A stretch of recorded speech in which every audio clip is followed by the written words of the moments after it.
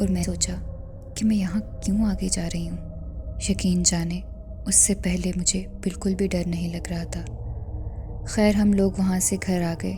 گاؤں پہنچنے کے بعد کھانا کھا کے سب سو گئے، پر میں پوری رات نہ سو پائی، اور اس کے بعد جو لوگ سوئے ہوئے تھے میں نے انہیں بھی سونے نہیں دیا۔ میرے ساتھ معاملات خراب ہونا شروع ہو چکے تھے۔ میری ایک غلطی میرے پر کتنی بھاری پڑ چکی تھی مجھے اس کا اندازہ بھی نہیں تھا۔ میری تھوڑی دیر آنکھ لگی تو مجھے خواب میں عجیب و غریب شکل والی مخلوق نظر آئی۔ آنکھ کھولتی تو کچھ نہیں ہوتا۔ کچھ دن ایسے ہی خوف میں گزر گئے۔ سب گھر والے پریشان تھے کہ ہماری بیٹی کو آخر کیا ہو گیا ہے۔ سب سے زیادہ میری امی فکر مند تھیں۔ ایک رات کی بات ہے کہ سب سو رہے تھے اور میں چیخ مار کر اٹھ گئی۔ وہ چیخ اتنی خوفناک تھی کہ گھر میں سو رہے سارے افراد جاگ گئے۔ اس کے بعد میں پوری رات بخار میں تڑپتی رہی۔ میری امی میرے ماتھے پر ٹھنڈی پٹیاں کرتی رہیں اور سارے گھر والے آیت الکرسی پڑھ کے میرے پہ پھونکتے رہے۔ لیکن جب میں صبح اٹھی تو سب کچھ بدل چکا تھا۔ مجھے گھر والوں نے پوچھا کہ رات تمہیں کیا ہو گیا تھا، کس چیز سے ڈر گئی تھی، اور مجھے کچھ بھی یاد نہیں تھا۔ میں نے کہا میں نے تو ایسا نہیں کیا، میں تو سو رہی تھی۔ اس کے بعد میری امی نے بتایا کہ تم پوری رات پریشان رہی، روتی رہی، چلاتی رہی کہ تمہیں کوئی چیز نظر آ رہی ہے، تم ڈر رہی تھی، لیکن اب تم کہہ رہی ہو تمہیں کچھ بھی یاد نہیں۔ اس کے بعد میری امی گھبرا گئی۔ ابھی روز کا معمول بن چکا تھا۔ میں روز رات کو سو نہ پاتی اور صبح اٹھتے ہی مجھے اکثر چیزیں یاد بھول جاتی کہ رات میرے ساتھ کیا ہوا تھا۔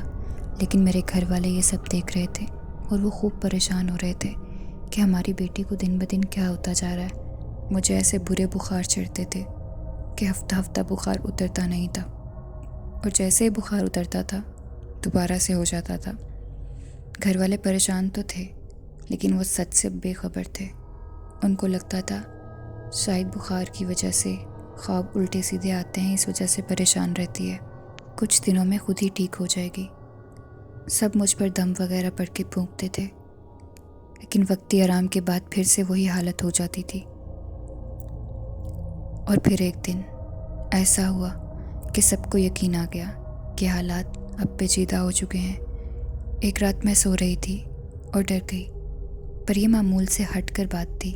اب مجھے جنات نظر بھی آنے لگے تھے، خواب میں نہیں بلکہ حقیقت میں۔ مجھے گھر کا جن لگنے لگا تھا۔ میری امی مجھے ہاتھ لگاتی تو میں ان کا ہاتھ پیچھے پٹک دیتی اور کہتی کہ مجھ سے دور رہیں، چلے جائیں سب یہاں سے، مجھے اکیلا چھوڑ دیں۔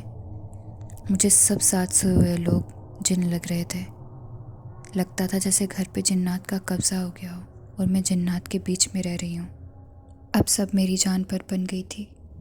میری امی ابو بہت پریشان ہو گئے تھے۔ انہوں نے ایک نورانی بزرگ بابا کو بتایا کہ یہ ماجرا ہے۔ انہوں نے کہا کہ بچی ڈر گئی ہے، اس کو جنات کا سایہ ہو گیا ہے، اور یہ جنات اسی باغ سے پیچھے لگے تھے اس خوشبو کی وجہ سے۔ پھر انہوں نے دم کیا، دم کر کے مجھے پانی پلایا اور کچھ تعویذ دیے، اور اس کے بعد معاملات ٹھیک ہو گئے۔ اس کے بعد میں نے خوشبو لگانا بند کر دیا کیونکہ میں بہت ڈر چکی ہوں۔ ابھی بھی اکثر میں ڈر جاتی ہوں۔ میں آپ سب سے بس اتنا ہی کہنا چاہوں گی کہ احتیاط ایسے خوفناک حادثات سے لاکھ بہتر ہے۔ جن Khan. My name is Khan and I'm a jinn۔ سننے میں بہت عجیب سا لگتا ہے نا؟ I know، پر کیسا ہو اگر یہ لائن حقیقت میں بدل جائے؟ کیا کہا میں نے؟ بدل جائے؟ دوبارہ سے کریکٹ کرتی ہوں۔ کیا ہو اگر یہ لائن حقیقت ہو تو؟ بلکہ حقیقت ہی ہے۔ کیوں؟ یقین نہیں آیا نا؟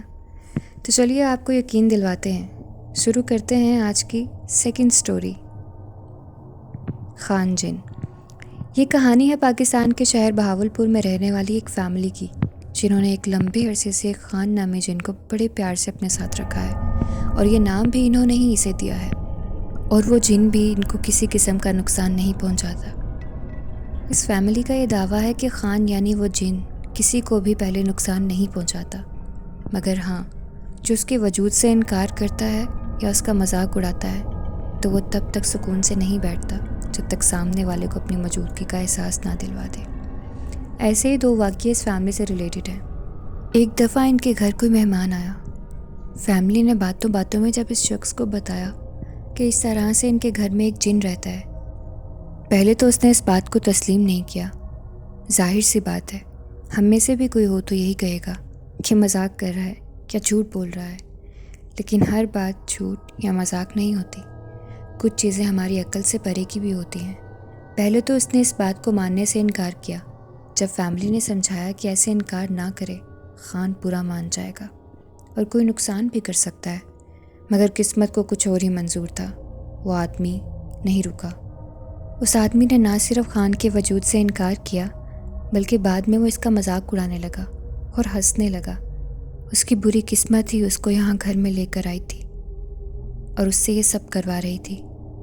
بس پھر کیا، اس کے ہنسنے کی دیر تھی کہ جن غضبناک ہو گیا اور اس کو اپنی بے عزتی محسوس ہوئی۔ تھوڑی دیر بعد خاموشی سی ہو گئی اور اس آدمی نے دیکھا کہ نہ جانے کہاں سے ایک اینٹ آ کر اس کے ماتھے پر لگی۔ وہ انہی پیروں پر ڈر کر وہاں سے بھاگ گیا۔ وہ اینٹ خان نے ماری تھی۔ اس واقعے کے بعد اس شخص کو نہ صرف خان کی ذات پر یقین آ گیا ہوگا، بلکہ دوبارہ کبھی بھی وہ ان اندیکھی طاقتوں سے پنگا نہیں لے گا۔ فیملی نے مزید بتایا کہ ایک بار ایسے ہی ایک عورت ان کے گھر آئی اور گھر والوں کے بتانے پر کہ ہمارے ساتھ ایک جن رہتا ہے، انہوں نے یقین نہیں کیا۔ پھر انہوں نے کہا کہ واقعی اگر یہاں پر کوئی جن ہے تو اپنی موجودگی کا ثبوت دے۔ پھر وہ جن غائب سے مٹھائی لے کر آیا تھا اور اس عورت کو دی تھی۔ پھر اس عورت کو یقین تو آ گیا تھا، مگر وہ کافی خوفزدہ بھی ہو گئی تھی، چونکہ اس عورت نے صرف ماننے سے انکار کیا تھا کہ یہاں پر کوئی جن ہے، پر مذاق نہیں اڑایا تھا۔ اس لیے خان نے اسے کچھ نہیں کہا اور وہ خیر و عافیت کے ساتھ اپنے گھر واپس پہنچ گئی تھی۔ آج بھی جب خان کے ہونے کا کوئی یقین نہیں کرتا تو خان ان لوگوں کو غائب سے مٹھائی لا کر دیتا ہے۔ پھر وہ لوگ ایک پل کے لیے ڈر تو جاتے ہیں، ان کا دل بھی دہل جاتا ہے، پر وہ یقین بھی کر لیتے ہیں۔ اس طرح سے خان پچھلے کافی عرصے سے ان کے ساتھ رہ رہا ہے اور کسی کو کوئی مسئلہ نہیں ہوتا اور نہ ہی کوئی نقصان، نہ ہی وہ کسی کو نظر آتا ہے۔ پر نظر آئے بغیر بھی اپنے ہونے کا احساس دلانا خان بخوبی جانتا ہے۔